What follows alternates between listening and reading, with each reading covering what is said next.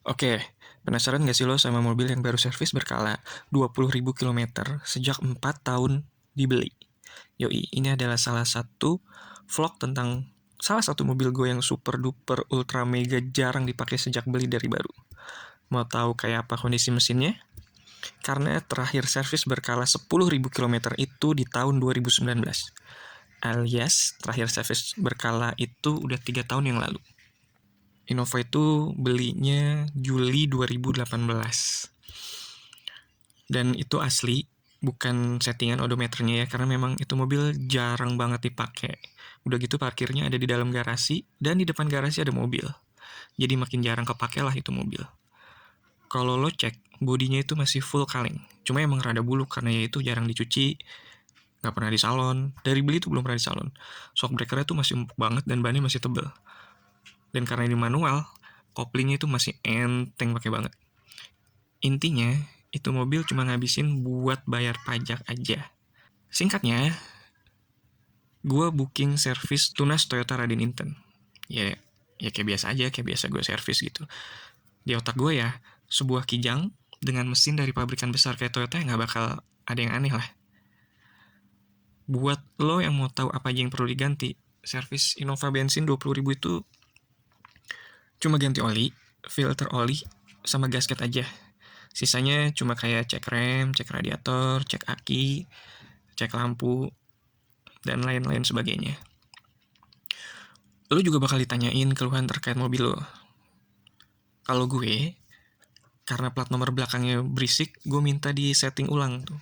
Plat nomor belakangnya biar nggak berisik. Terus lo juga bisa minta setting tuh, rem tangan jadi 4 titik. Lo bisa minta dicek lagi remnya kalau kira-kira remnya tuh kurang nyaman dipakai atau segala macamnya. Gue sendiri request dicek sekringnya karena gue ngerasa apa ya, feeling gue tuh ngerasa kayak ada masalah kelistrikan walaupun itu gak terjadi setiap saat. Soalnya pernah beberapa hari yang lalu gue starter itu mesinnya rada pincang, tapi itu juga cuma sekali selama gue pakai mobil itu. Terus gue juga minta dicek pakai scanner mobil Global Test Stream GTS.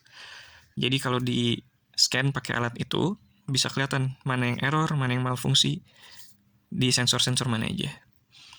Nah terakhir gue minta request tambahan itu intake cleaner atau bahasanya apa ya, throttle body cleaner kali ya. Ya pokoknya dibersihin deh bagian dalamnya pakai cairan tambahan. Terus ya udah, gue tunggu keluar deh estimasi biaya partsnya. Ya, itu cuman biaya parts aja karena biaya jasa masih di cover masa garansi 50.000 kilometer atau 4 tahun dari Toyota. So, berapa total biayanya? Untuk memelihara seekor Kijang, which is mesinnya 2000 cc, yang bensin, kalau yang diesel kan 2400, itu murah, asli murah.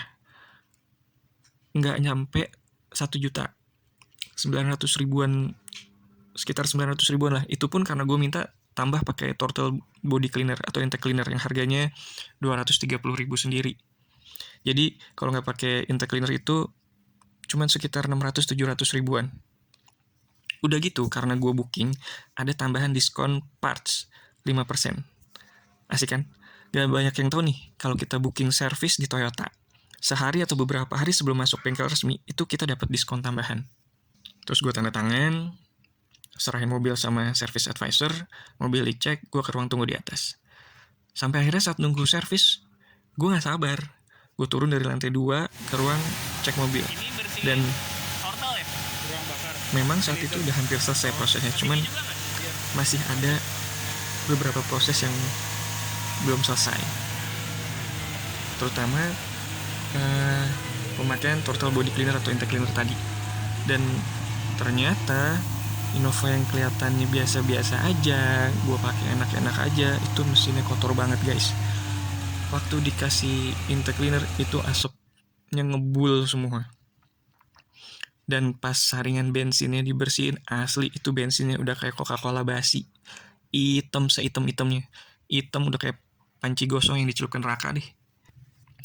Udah gitu, ternyata Innova gue kena recall. Itu gunanya buat Jadi buat lo yang punya Innova yang ini dia bensin 2017 sampai 2019, ternyata ada masalah, ada cacat produk di fuel pumpnya, di pompa bensinnya, yang bisa bikin mesin itu bisa mati mendadak. Tapi ya alhamdulillah ya, karena gue anak baik soalnya dan disayang sama Allah, selama 4 tahun pemakaian, alhamdulillahnya gue belum pernah mogok. mobil Ya, jangan sampai sih mogok karena ngedorong Innova tuh bahan bakar. asli berat banget. Siap.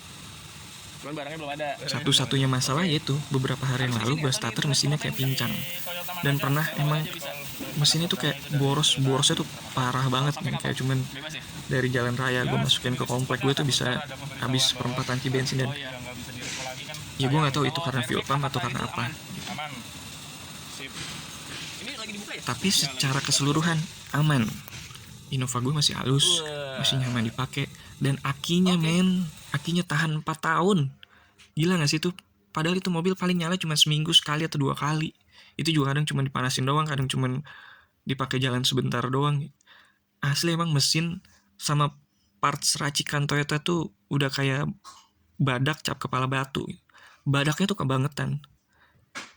Sekarang gue nyadar kayaknya itu sih yang bikin keluarga gue sejak gue lahir sampai sekarang itu selalu ada kijang di garasi. Oh, sama yang buat penasaran sama recallnya, prosesnya itu mudah.